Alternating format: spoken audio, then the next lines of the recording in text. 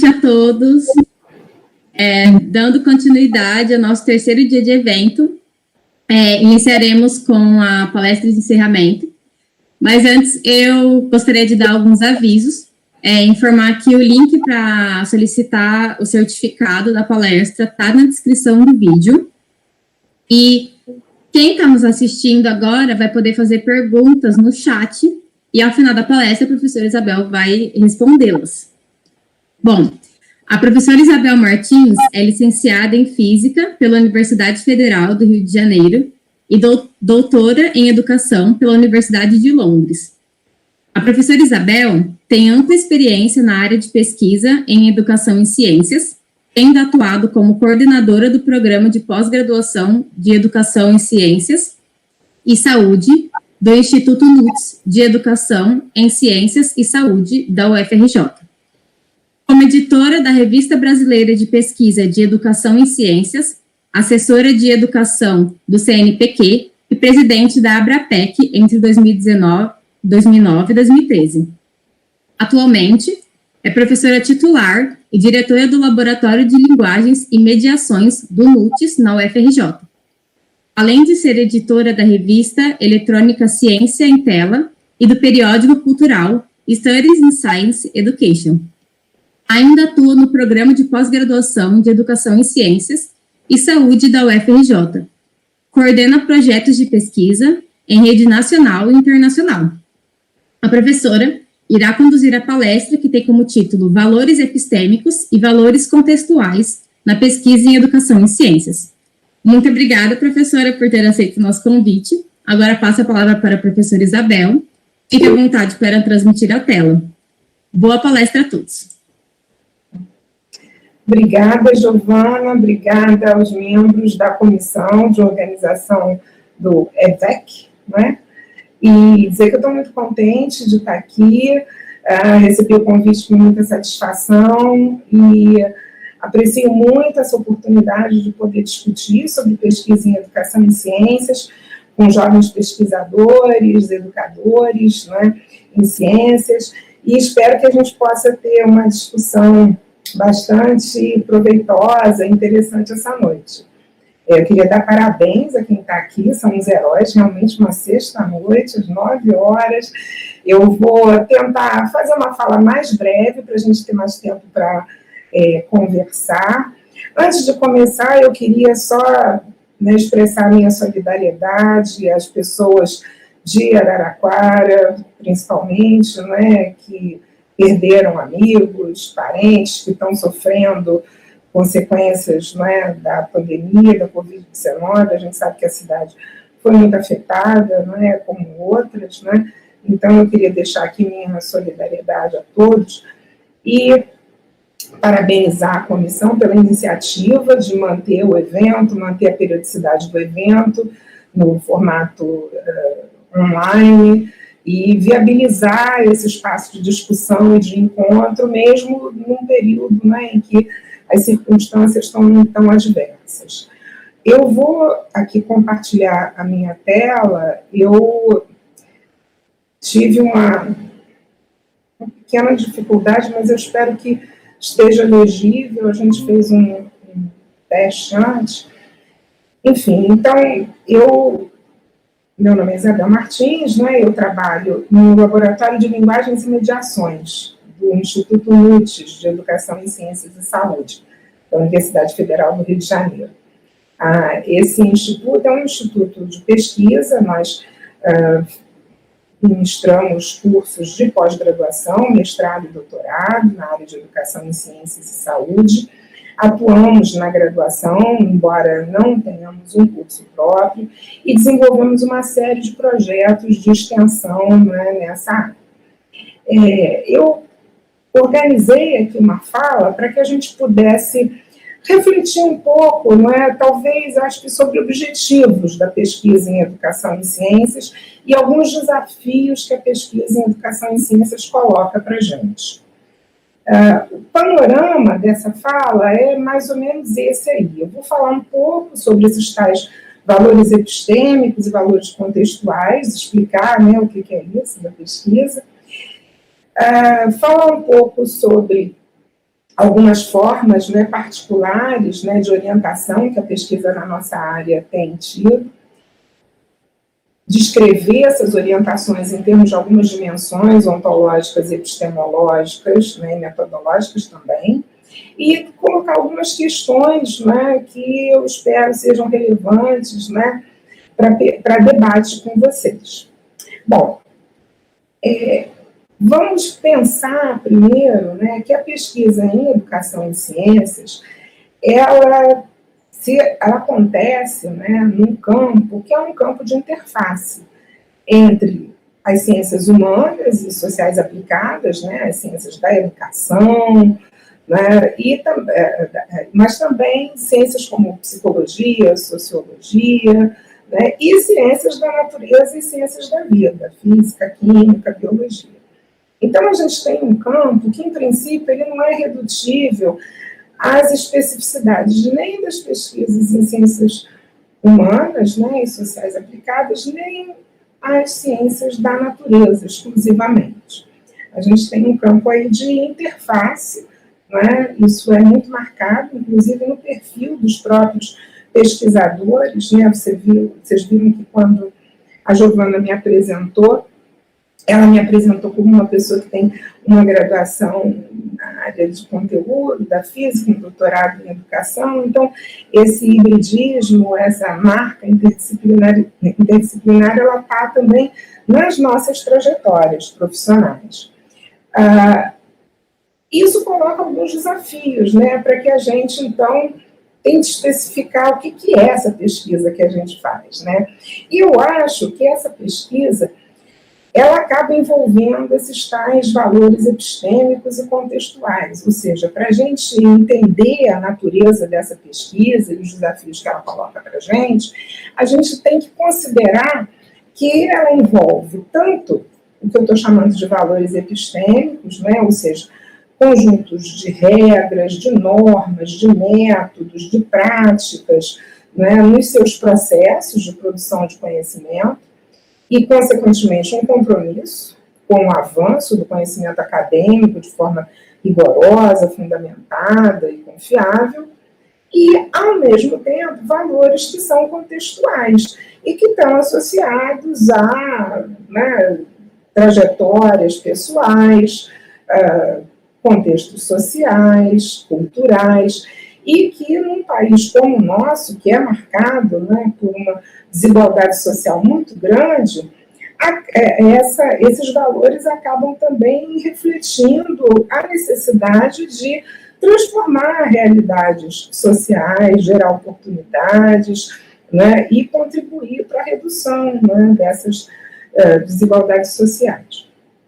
Então, nós, como pesquisadores em educação e ciências, nós trabalhamos um bocado com esse duplo compromisso, né? Ao mesmo tempo que a gente quer produzir conhecimento rigoroso, a gente também quer interferir na realidade no sentido de promover mudanças, né?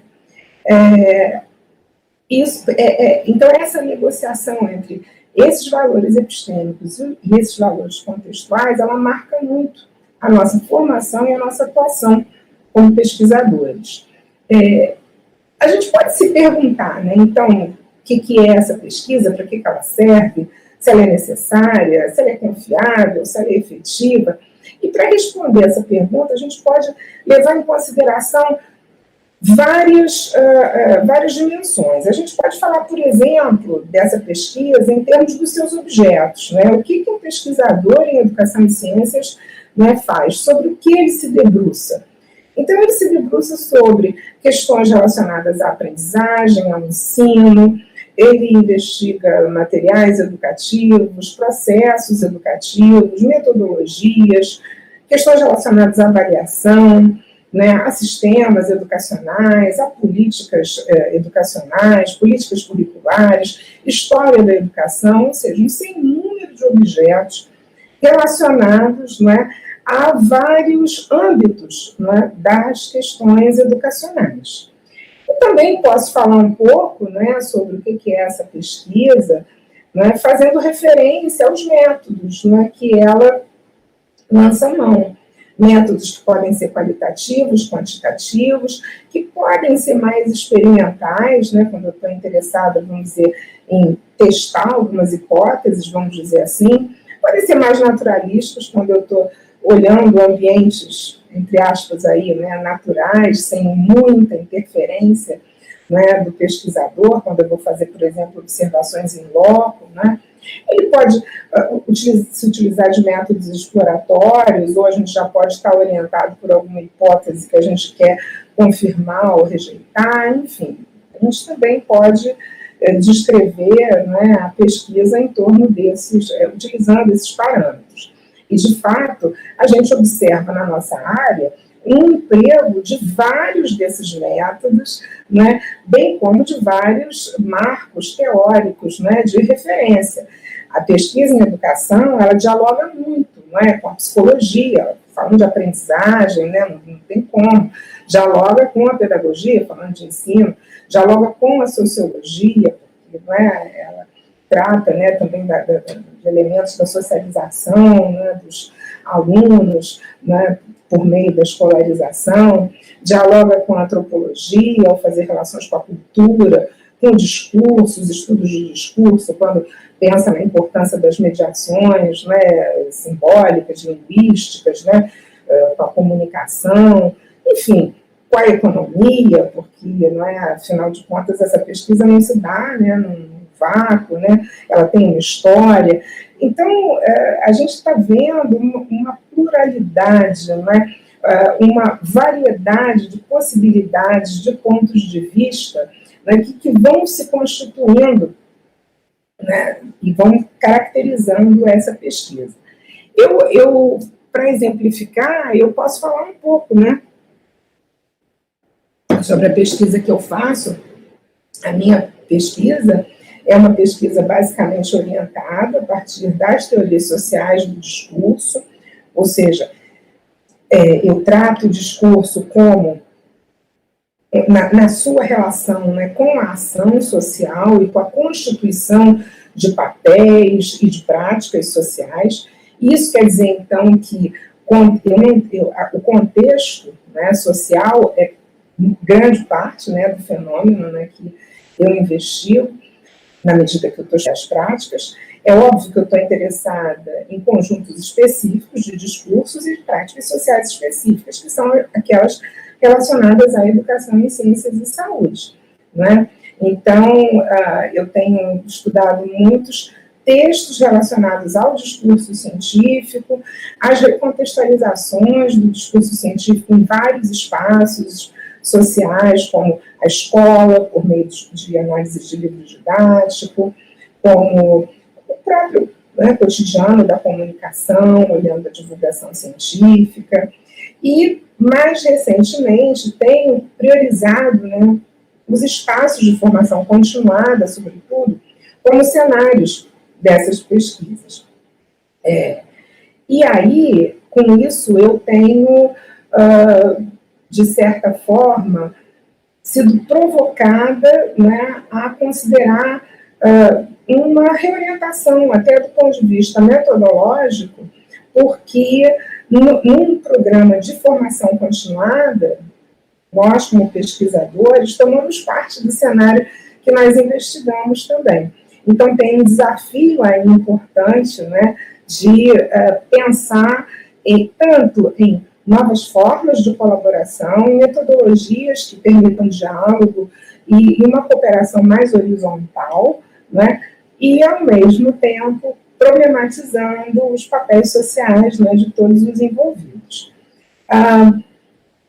Se a gente pensar, né, assim, para que serve a pesquisa, para que ela é necessária, a gente encontra várias respostas, né? Então, a pesquisa em educação, de forma geral, e a pesquisa em educação e ciências, né, de maneira particular, ela, em geral, ela é associada a esses objetivos que estão aí na tela. Quer dizer, você vai perguntar, né, para que serve a pesquisa em educação e ciências? Bom, em última análise, para produzir conhecimento sobre os seus objetos, né, sobre o ensino, sobre a aprendizagem, histórias, políticas, os métodos, enfim, né, para conhecer condicionantes dos processos educativos, né, o que influencia os processos educativos, o que facilita, o que pode ser obstáculo, né, e o que ajuda a gente a melhorar, né, condições para o ensino, para a aprendizagem.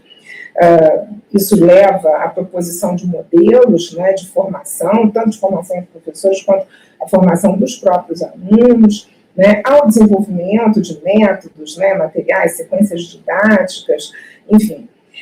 Tudo isso, né, assim, quando a gente pensa, sobretudo, a dimensão do ensino, né, está muito, né, colocado.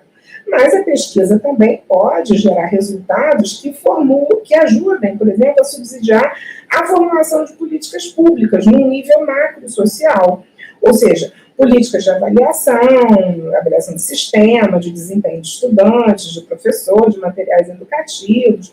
E, além disso tudo, a pesquisa permite, né, porque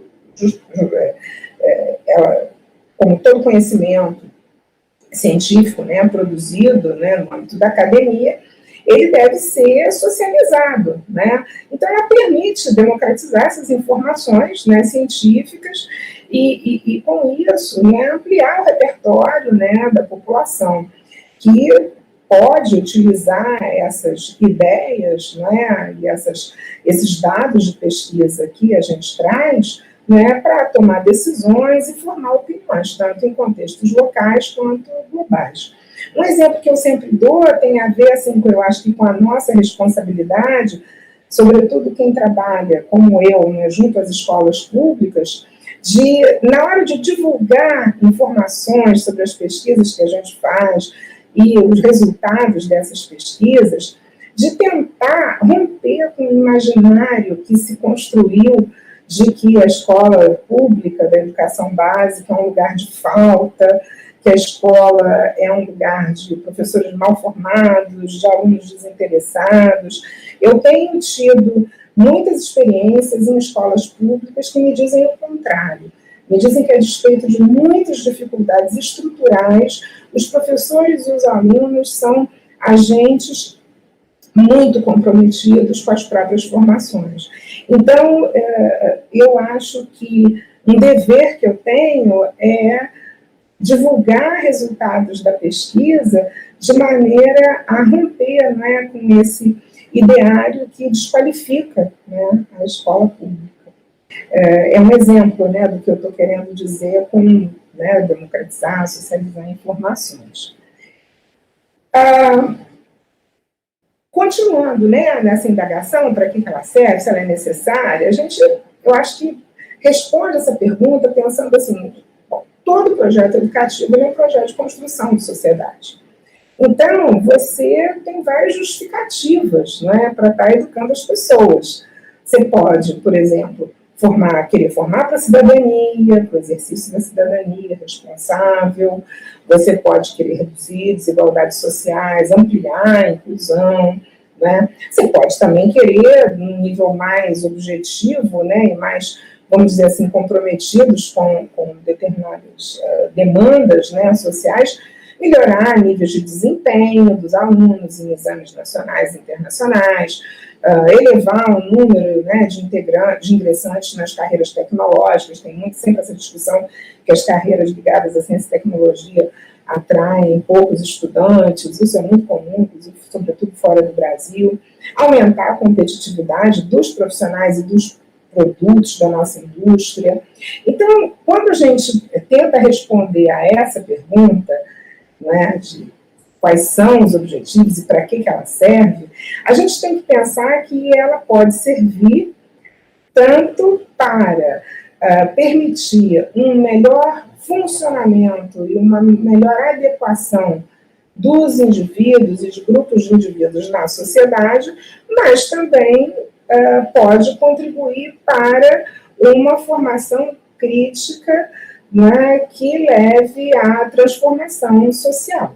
De certa forma, não é? Quando a gente trabalha, a gente está negociando sempre essas duas dimensões, né?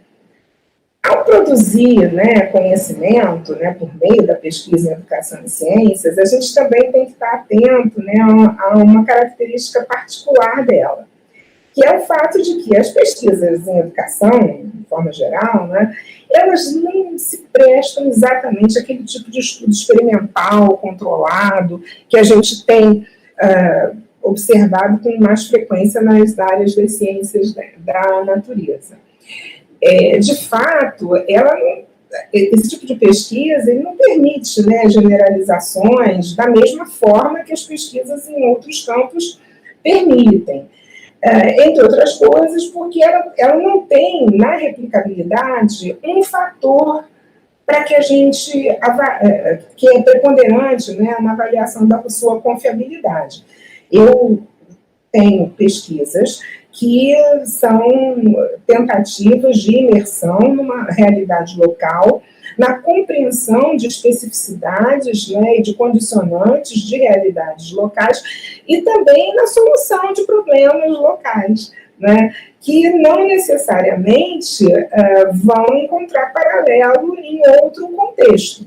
Isso não quer dizer que eu não possa estender e extrapolar conclusões feitas em um determinado estudo para outro contexto. Existem formas de generalização possível, mas não é aquele tipo de forma de generalização que depende, né, de que eu encontre uma regularidade, né, de resultados que se repetem independente do contexto. O que eu estou querendo dizer?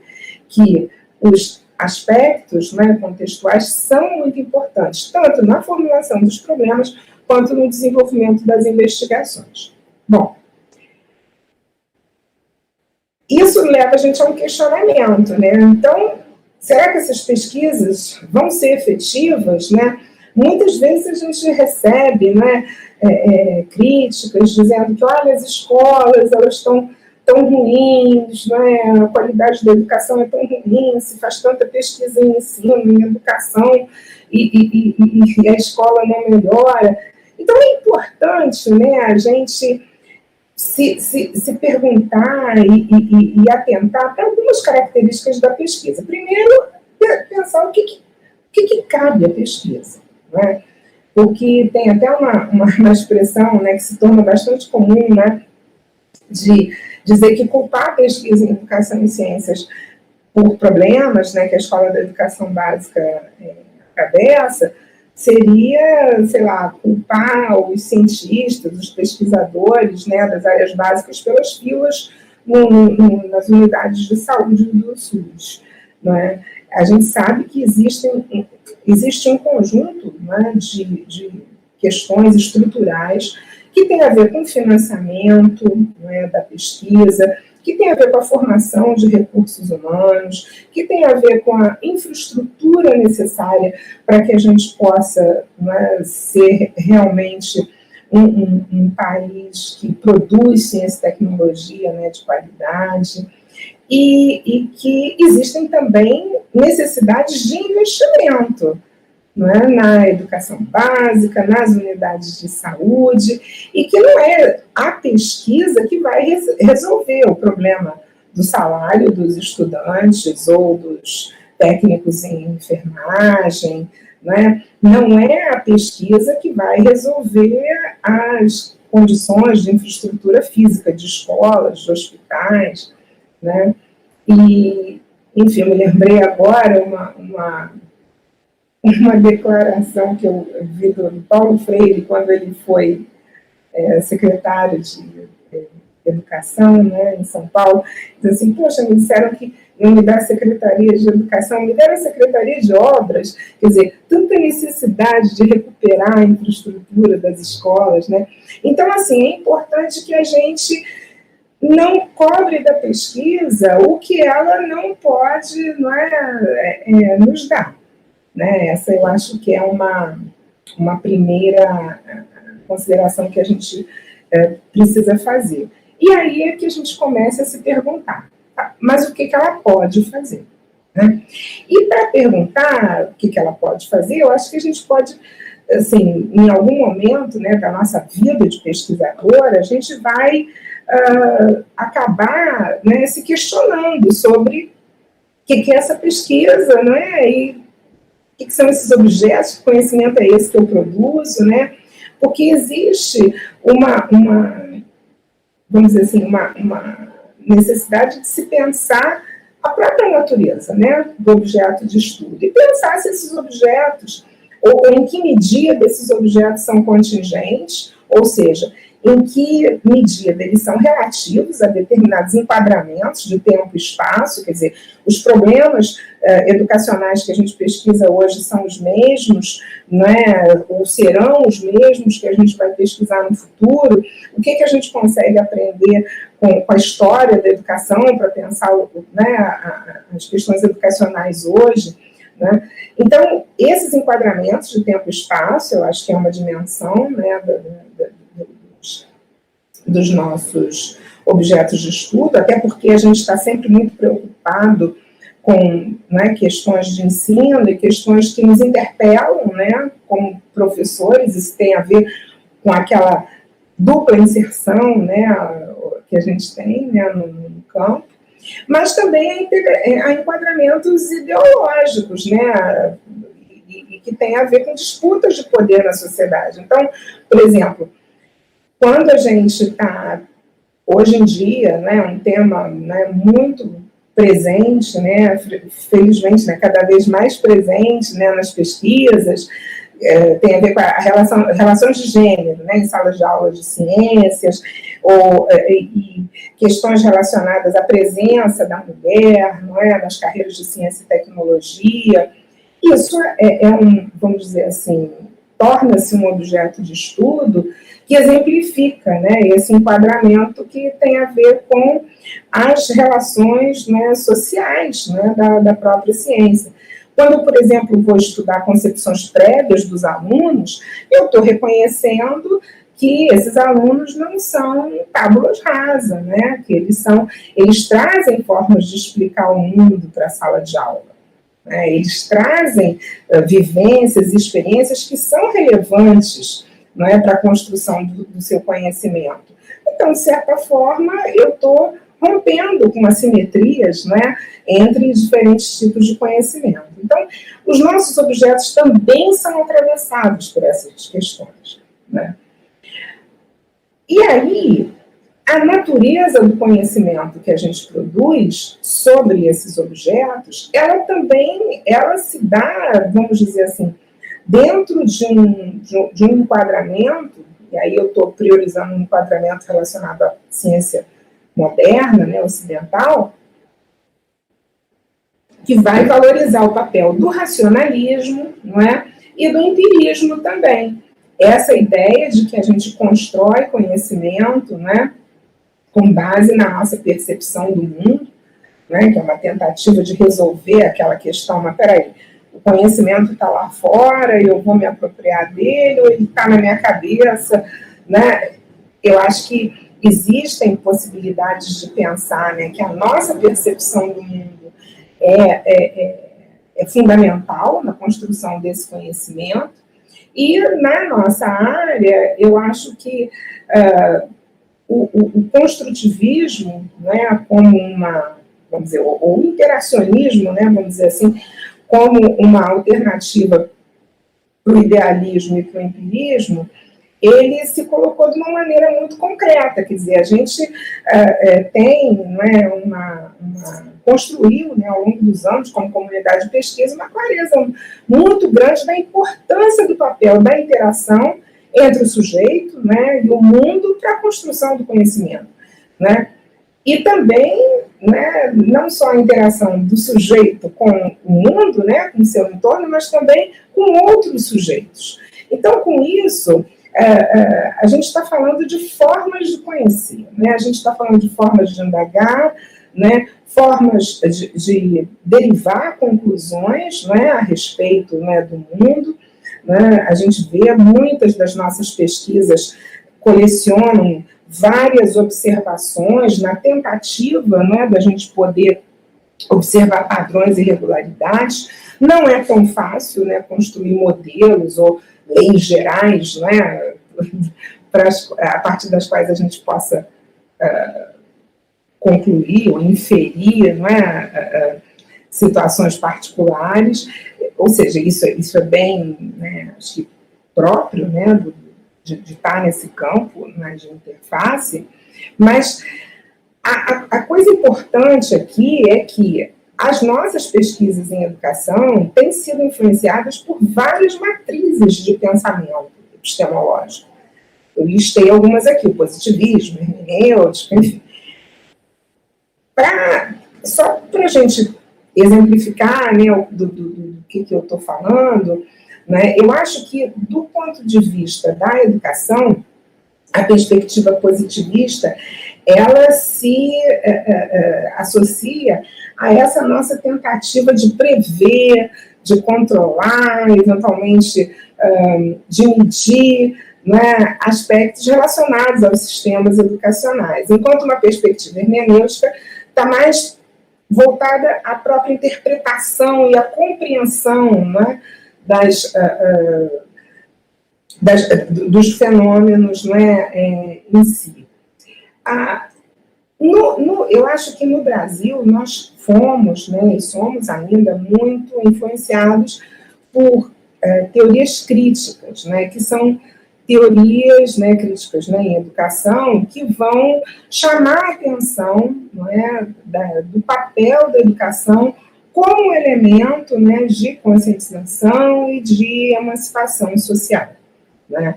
Essas teorias críticas, né, elas estão sendo atualizadas, né, hoje em dia, na medida em que autores, né, têm avançado no reconhecimento de processos, né, que se chamam, que aqui a gente tem conhecido como epistemicídio, né, processos de aniquilação mesmo, né, de formas de pensar, né, e tem proposto a valorização de novas epistemologias, quer dizer, de novas formas de conhecer, que não são essas que se tornaram hegemônicas, né. Então, assim, eu acho que uma coisa que a gente tem que o tempo todo estar pensando, né, nesse, vamos dizer, ambiente contemporâneo, né, no qual a gente está vivendo e no qual a nossa pesquisa está inscrita, não só no porquê fazer pesquisa, né, as razões que nos levam a fazer a pesquisa, mas também sobre os processos por meio dos quais a nossa pesquisa é construída.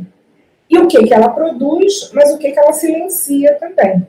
Né? Porque a gente sabe que, ao contrário, né, do que acaba acontecendo nas perspectivas positivistas, o conhecimento que a gente produz, ele não é neutro.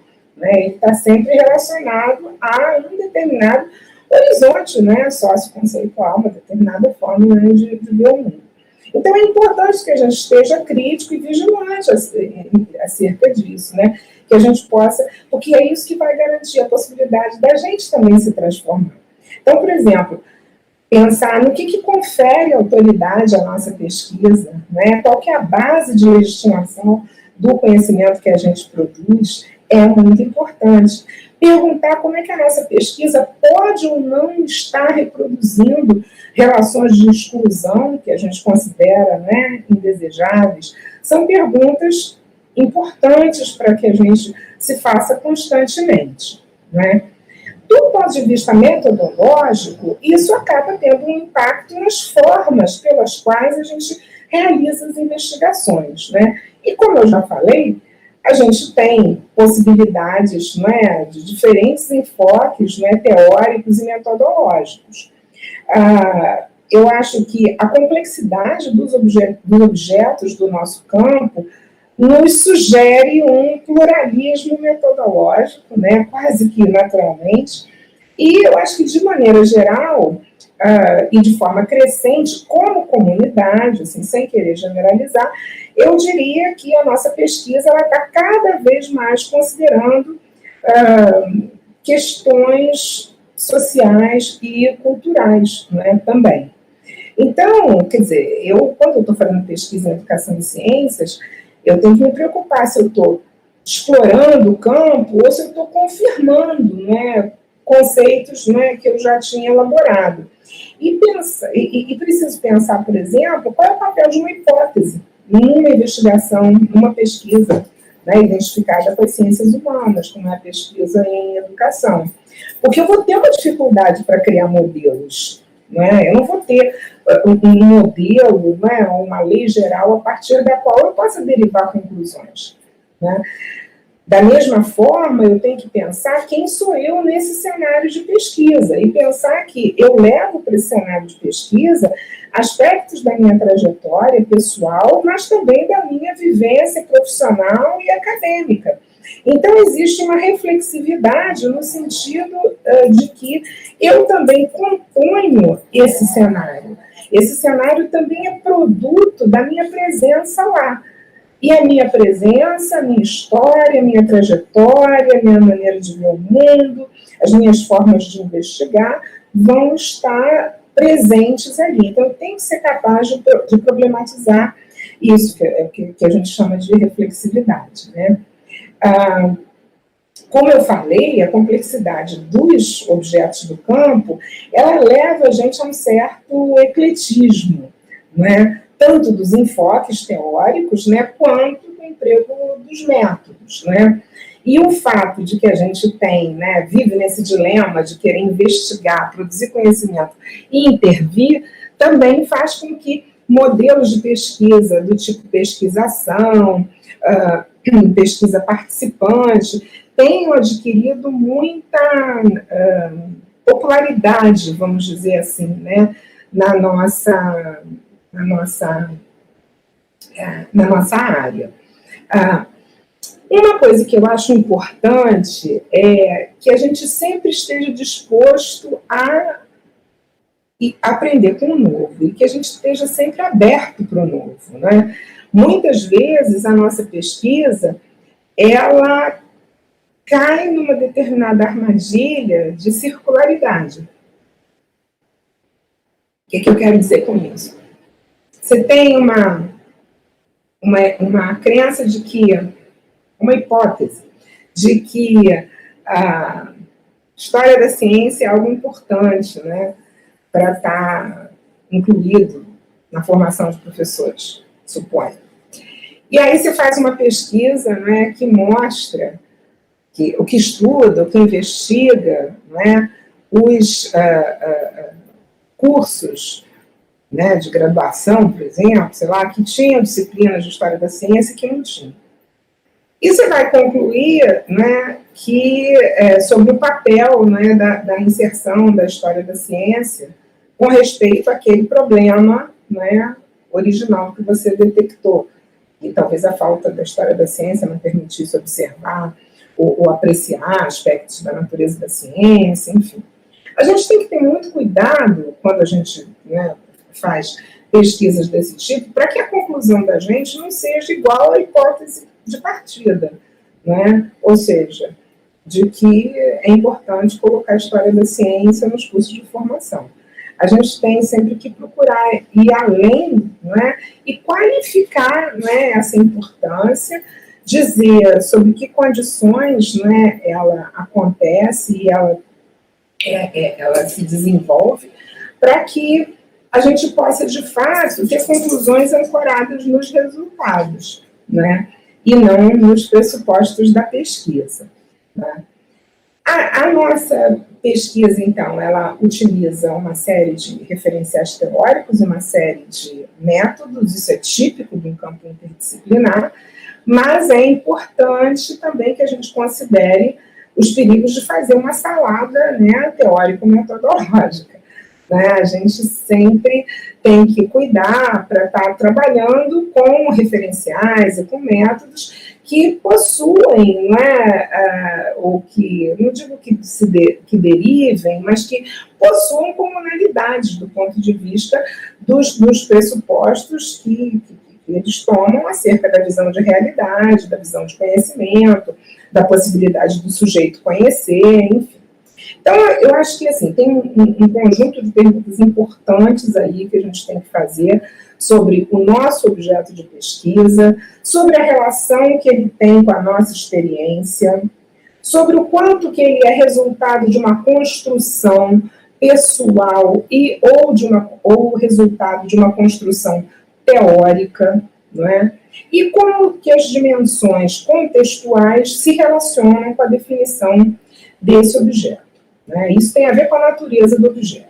Agora, tem a ver também com a natureza de conhecer, ou seja, com a natureza epistemológica, a necessidade de fazer perguntas sobre como que a investigação está planejada, se você vai fazer um estudo empírico, ou você vai buscar respostas nas análises teóricas, se você está ali confirmando uma hipótese, ou se você está explorando para construir uma hipótese, em que você baseia as suas conclusões ou inferências, como é que você justifica a confiabilidade, a replicabilidade, né, na pesquisa que você faz, se tem intenção de produzir conclusões que sejam generalizáveis e que grau ou que nível de generalização é possível, enfim.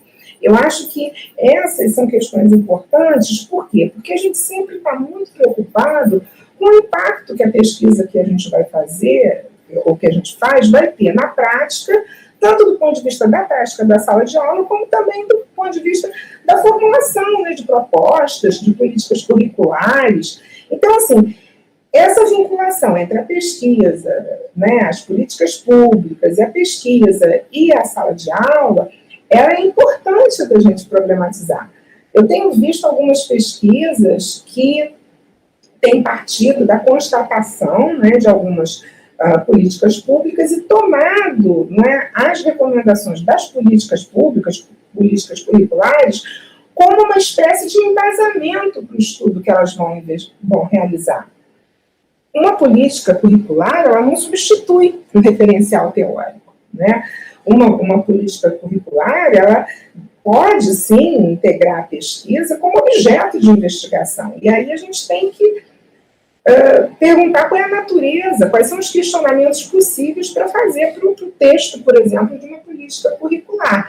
Não tomá-lo como norma, nem tomá-lo como uma direção preferencial na direção da melhoria da educação, por definição. As políticas, elas são produtos, né, de visões, né, elas são propostas e elas têm que ser avaliadas e questionadas, né? Então, a outra coisa é pensar, né, no caminho reverso, né?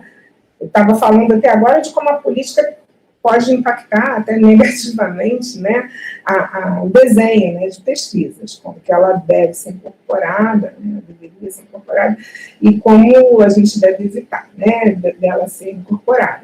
Mas também tem o caminho reverso, né? E a nossa pesquisa, como é que ela pode informar as políticas públicas? Né? Em que espaços, né, de questionamento se dá, né, essa questão? Por exemplo, esses resultados de pesquisa que a gente produz, como é que eles se materializam? Eles se materializam, muitas vezes, em programas, não é, de avaliação. Por exemplo, a gente sabe, né, o Programa Nacional do Livro Didático é um exemplo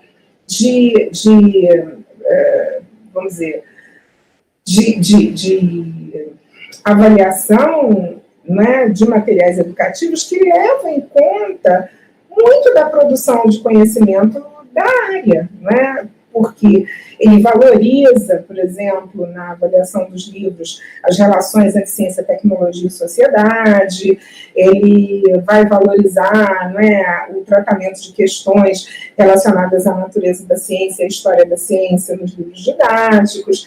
Todos esses temas que a pesquisa mostrou serem importantes, né, no que tange ao ensino-aprendizagem. Então, existe também essa via de mão dupla. Muitos dos pesquisadores em educação e ciências são consultores de políticas curriculares, isso acontece com frequência, então existe essa mão dupla. Existe também a vinculação entre pesquisa e práticas, né? E essa ideia, né, então, de como é que a pesquisa vai impactar a prática. É claro que a pesquisa ela não vai ser traduzida literalmente, não é, na prática. Essa ideia de aplicar uma pesquisa é uma ideia que desconsidera um caráter autônomo, né, e transformador da atividade em sala de aula. Então, talvez seja mais interessante pensar em formas de tradução dos resultados da pesquisa em diferentes contextos de sala de aula. Outra questão que relaciona a pesquisa com a prática é o papel da escola, né, e os diferentes papéis de pesquisadores e professores na investigação colaborativa, né? Muitas vezes, eu peço até desculpas, aí tem um erro de digitação, a gente se coloca numa relação de utilitarismo, né, com as escolas, né, e não numa relação, né, de colaboração.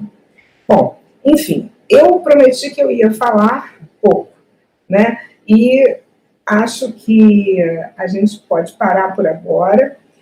Eu deixo só essa síntese, né, aí, né, e essa, vamos dizer, esse convite, né, para que a gente possa continuar conversando sobre a pesquisa, pensando nela, então, sempre como um processo no qual a gente se reconstrói.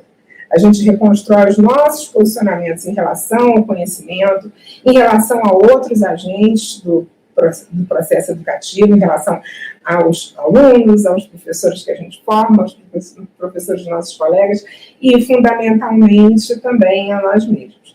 Então, eu agradeço a vocês, encerro a fala agora e aguardo perguntas, comentários, né, que a gente também quer ouvir vocês, né, saber como é que vocês estão experienciando, né, a pesquisa. Eu sei que vários de vocês estão fazendo trabalhos de final de curso, né, trabalhos de conclusão de curso. Teve grande parte do evento que foi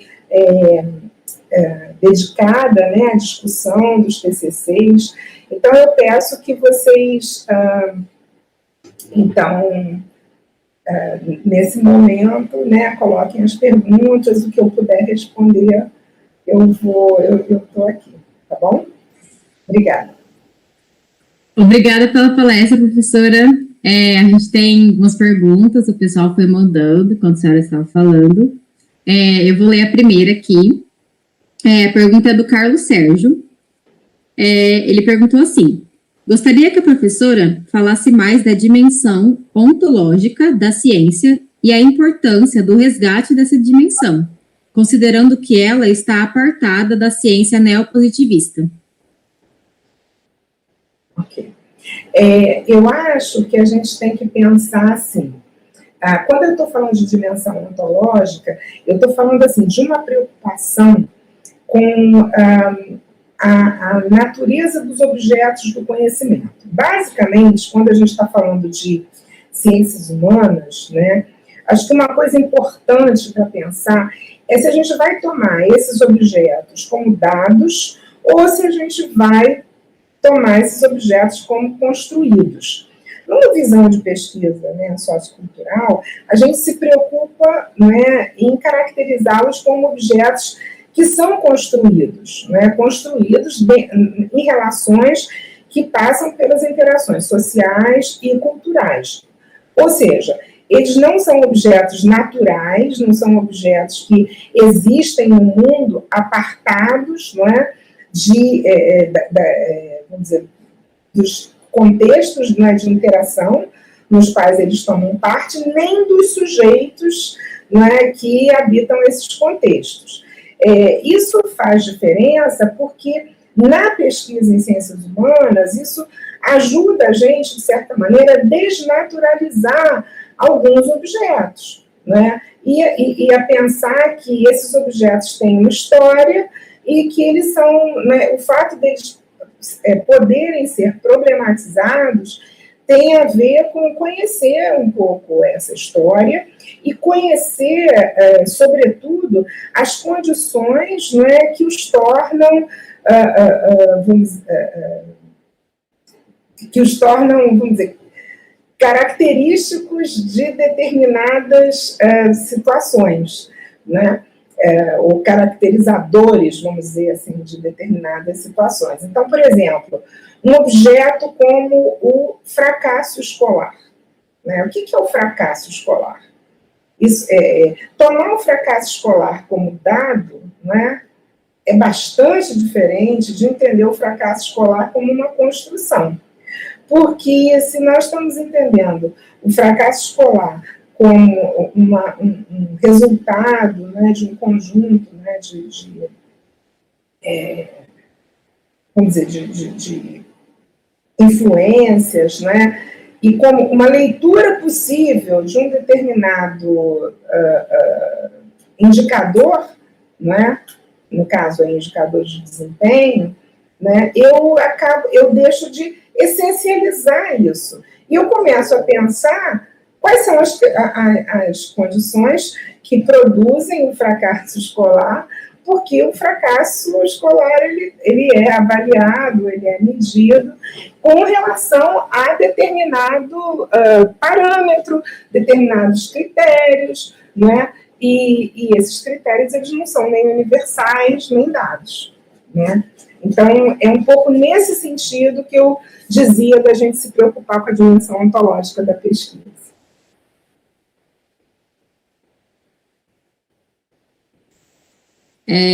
Vou para a nossa segunda pergunta, é da professora Luciana Massi.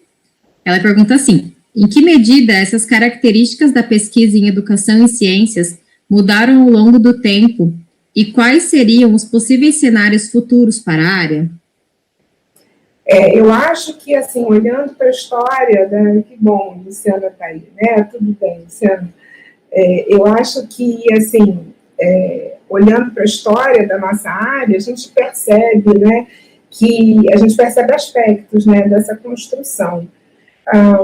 Do jeito que a nossa área se organizou muito, eu acho, no início, né, em função de um diálogo, né, com os estudos da aprendizagem, com a psicologia cognitiva, com os estudos piagetianos. Então, assim, existia na sua origem um viés muito forte, né, de uma mirada assim, muito consolidada, né, para as questões educacionais a partir da problematização da aprendizagem, né. Nós passamos, eu acho que depois, para uma consideração mais situada em relação aos professores, a formação de professores. Não deixamos de achar que era importante saber como o aluno aprendia, mas eu acho que nós demos também, talvez, um destaque, né, merecido, né, ao fato de que também era importante saber como os professores ensinavam, né. Então, e passamos também por discussões a respeito de mediações, né, nesse processo.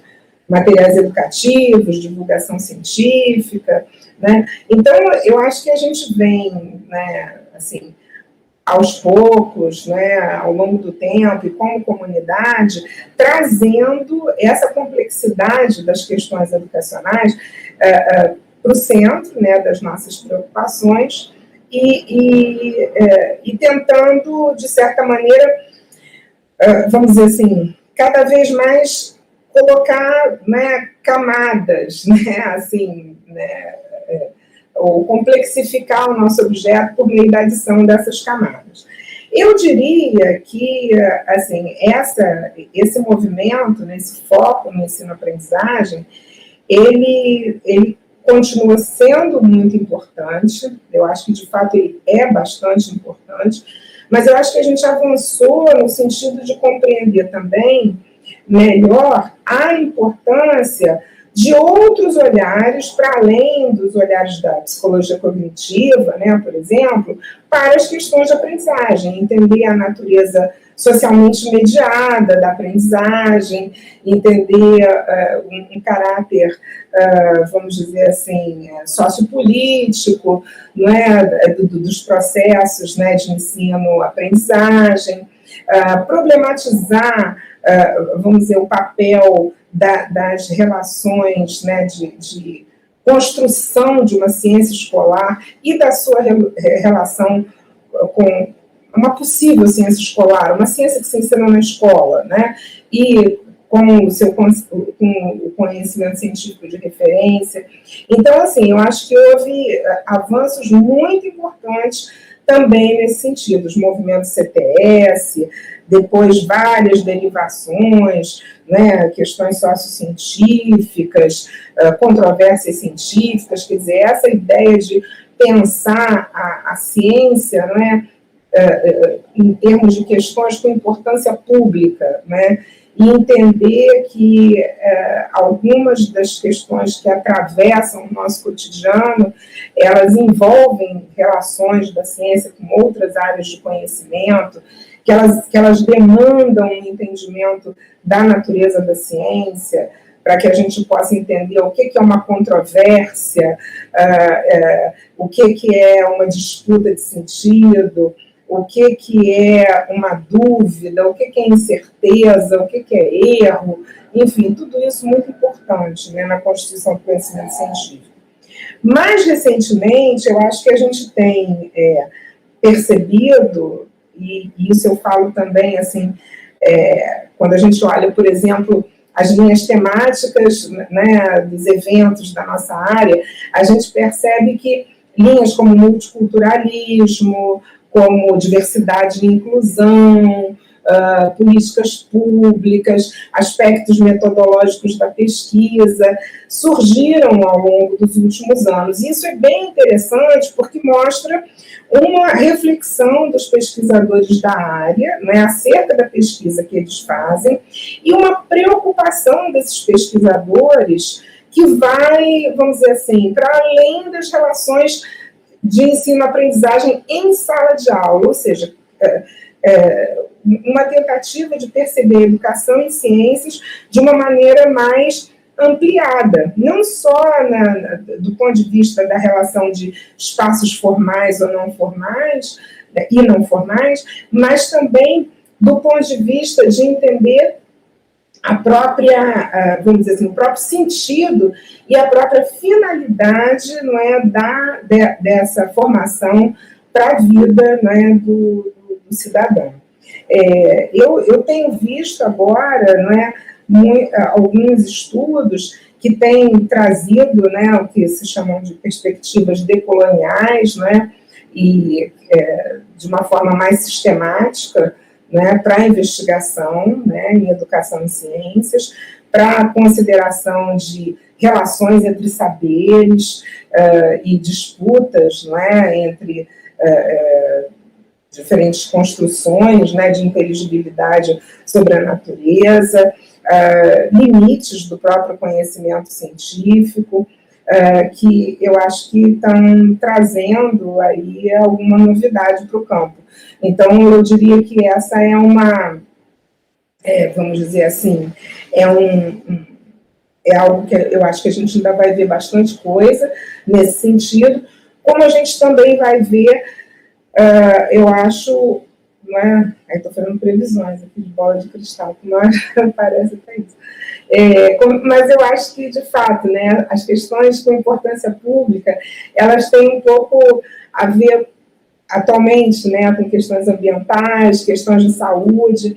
Então, eu também acho que um diálogo entre educação ambiental, educação em ciências, educação em saúde, pode ser algo bastante, assim, profícuo, né?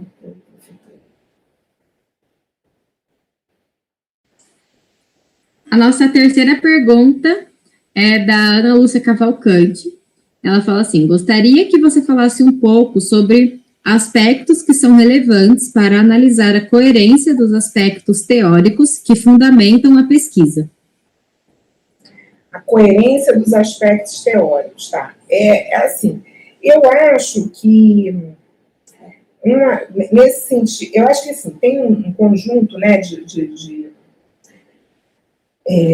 pressupostos, né, pós-positivistas, né, que vão chamar a atenção para a gente do fato de que a observação ela é sempre muito influenciada pela teoria.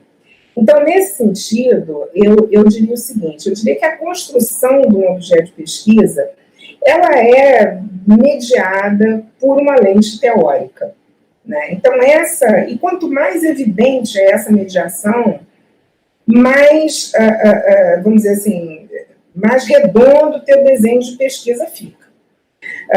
O que eu quero dizer com isso? muitas vezes, vou dar um exemplo, né, de uma coisa que acontece muito na área que eu trabalho.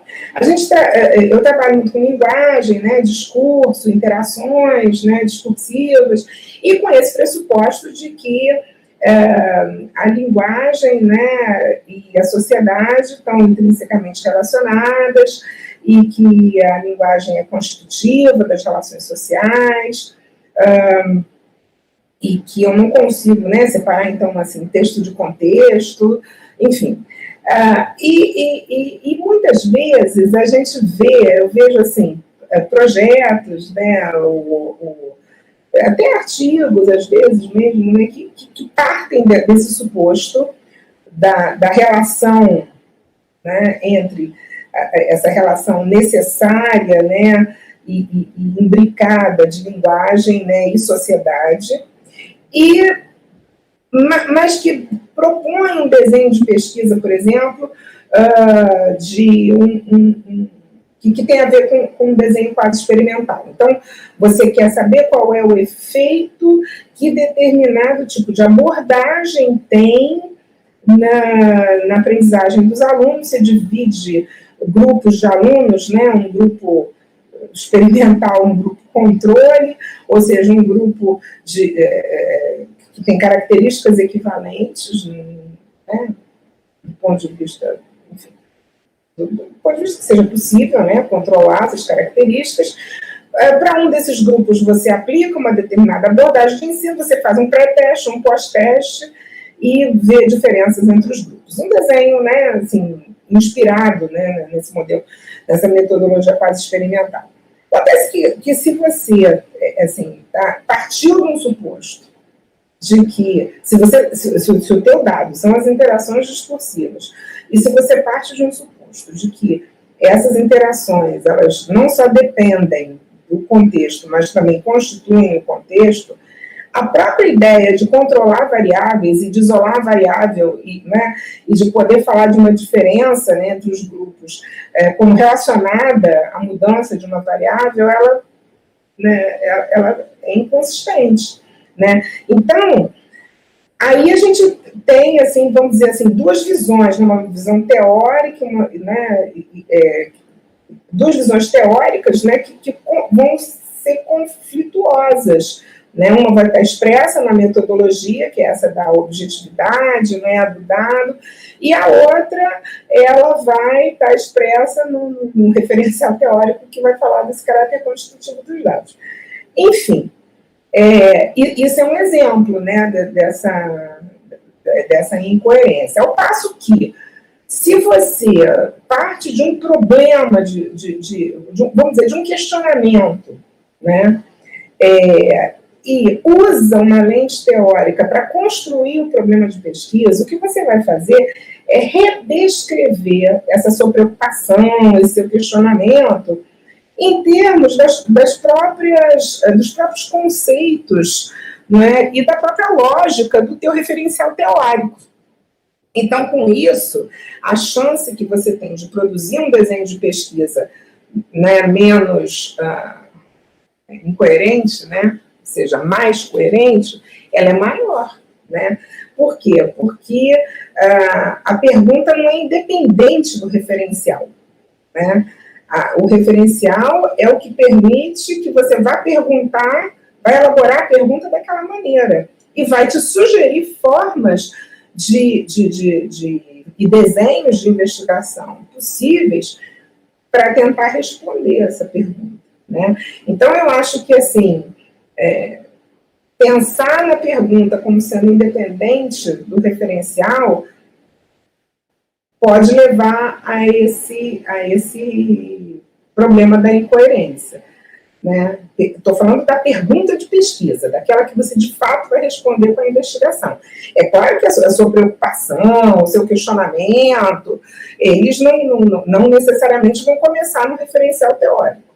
Né? Eles podem começar na tua prática, podem começar na tua vivência, na tua trajetória, enfim. Né? Eu acho que eu estou fazendo uma distinção entre essa preocupação, esse questionamento mais geral, né? E a pergunta da pesquisa, que não deve ser confundida com essa preocupação de fundo. A próxima pergunta é do professor Amadeu Bego. Ele pergunta em que medida as tendências atuais de se valorizar as epistemologias específicas das ciências, epistemologia da química, por exemplo, têm impactado as discussões das pesquisas da área. Olha, eu não sei se eu sei responder essa pergunta. Não sei. Eu acho que, assim, ultimamente,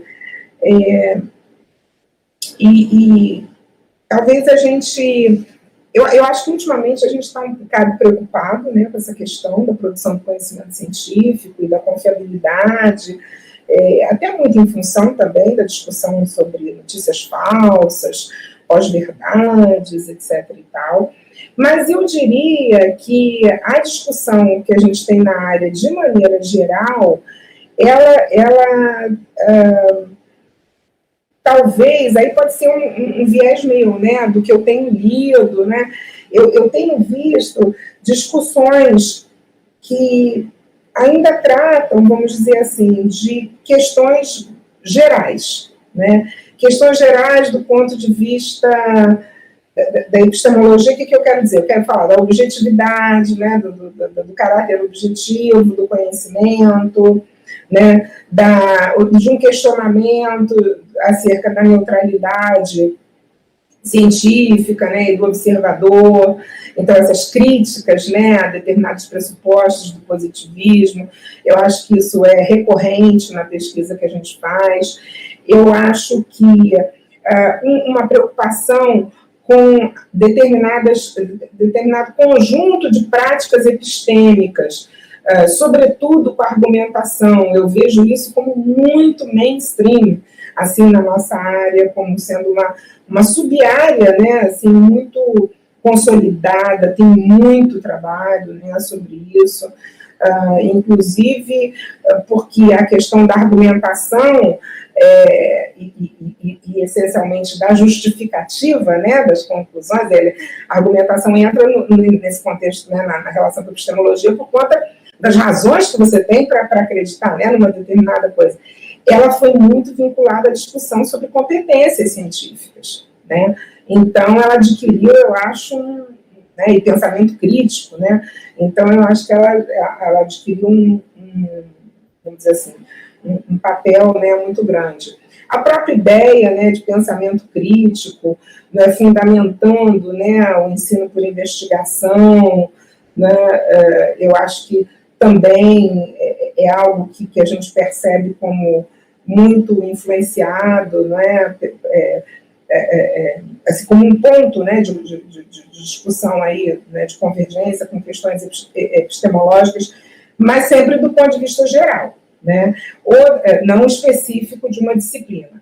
Acho que outra vertente importante é a discussão sobre saberes tradicionais e saberes científicos, saberes de povos originários e saberes científicos, né?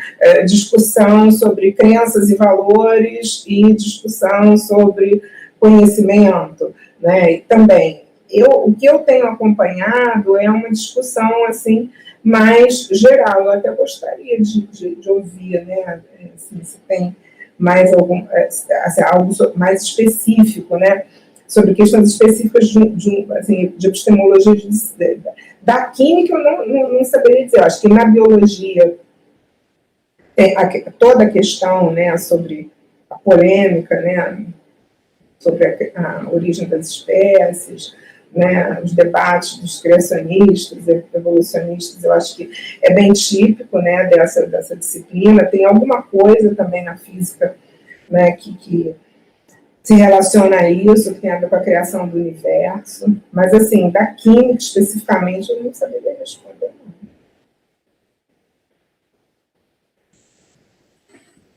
A nossa próxima pergunta é da Ana Lúcia Cavalcante. Ela pergunta quais os caminhos para lidar com as pesquisas nesse momento de um governo que nega a ciência.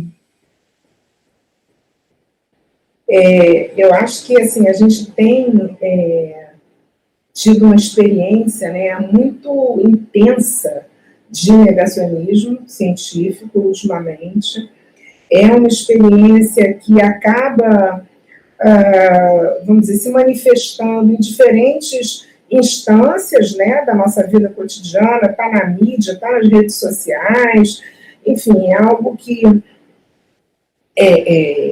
vamos dizer, está muito, né, presente, né, e eu acho que no caso aí, eu pensando na pesquisa que a gente faz, né, na pesquisa em educação e ciências, na pesquisa sobre divulgação científica, né, por exemplo, quer dizer, isso que é o nosso campo, porque nós não pesquisamos, né, não estamos fazendo pesquisa básica, né, mas para a pesquisa que a gente faz, eu acho que a gente tem uma responsabilidade muito grande em divulgar os resultados da nossa pesquisa, né, e divulgar resultados de pesquisa que mostram exatamente a importância da gente conhecer não só os conteúdos da ciência, mas também a história da ciência e a natureza da ciência, e a natureza dos processos de produção do conhecimento científico. Produção, validação,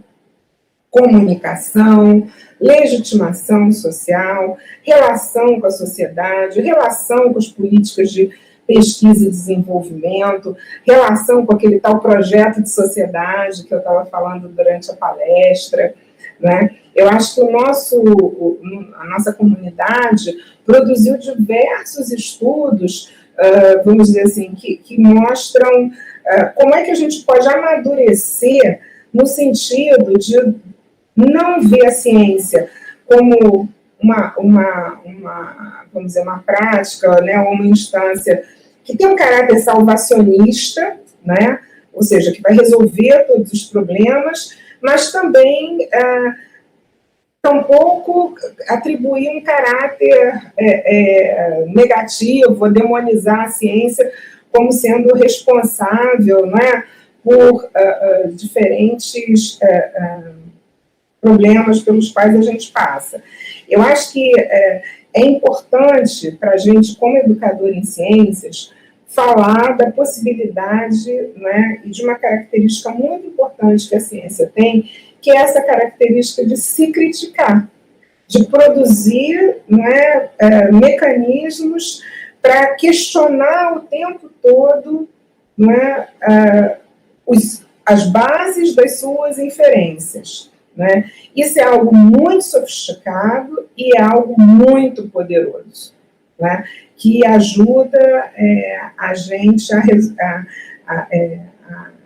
estabelecer uma relação com o conhecimento, que é uma relação, vamos dizer, não só amadurecida, mas também de muita honestidade, né? E de não...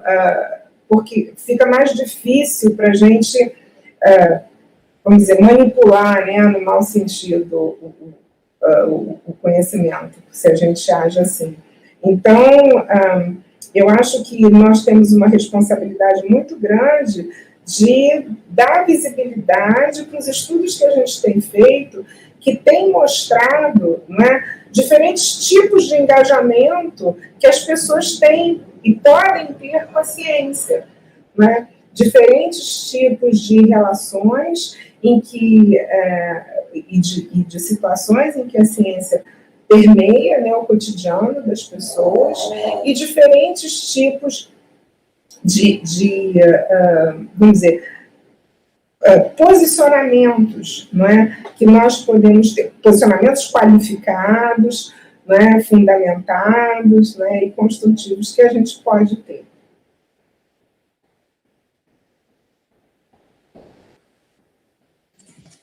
A nossa última pergunta é da Soraya de Cássia. Ela pergunta que tipos de valores podem desempenhar um papel na ciência? Onde esses valores desempenham um papel? Qual é o efeito do envolvimento deles?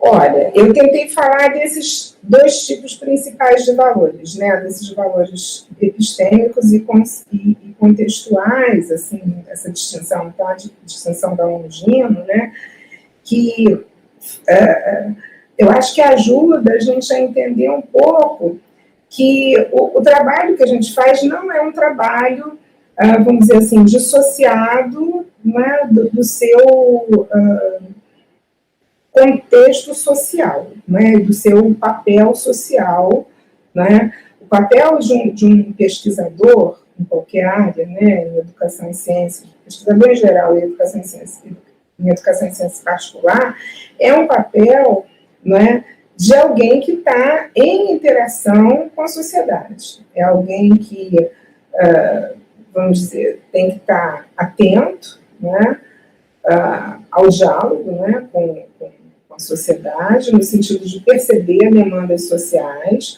né, de ser sensível, né, a necessidades sociais, a questões, né, questões sociais que atravessam a sua prática e que atravessam também determinadas consequências, né, do conhecimento que ele produz, sem esquecer que esse empreendimento é um empreendimento que tem especificidades, como qualquer outro tem. Então, fazer pesquisa vamos dizer, um tipo de atividade que ela é, né, regulada, né?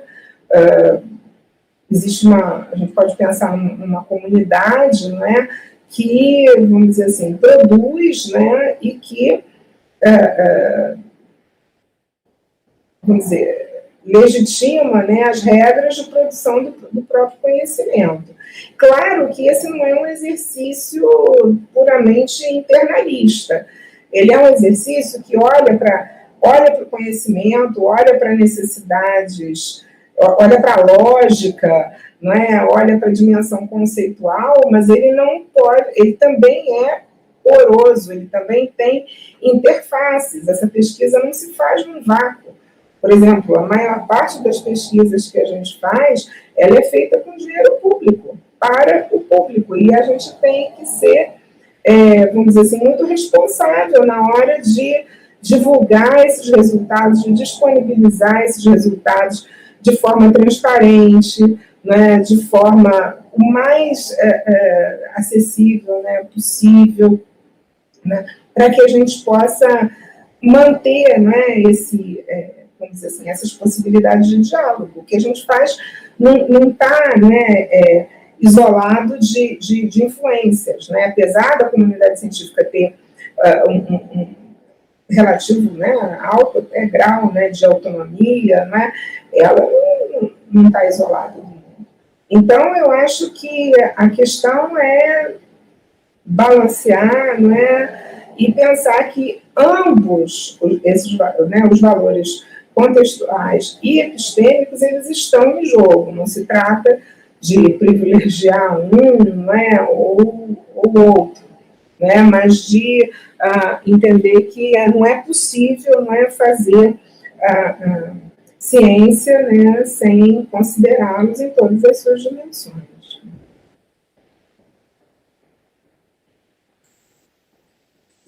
Professora, foi o fim das nossas perguntas. Eu queria te agradecer muito por ter aceito o nosso convite, agradecer pela sua fala muito importante, pertinente, que foi clara, e que eu tenho certeza que vai ajudar muita gente aí que vai iniciar um TCC futuramente, na pesquisa na área de educação e ciência.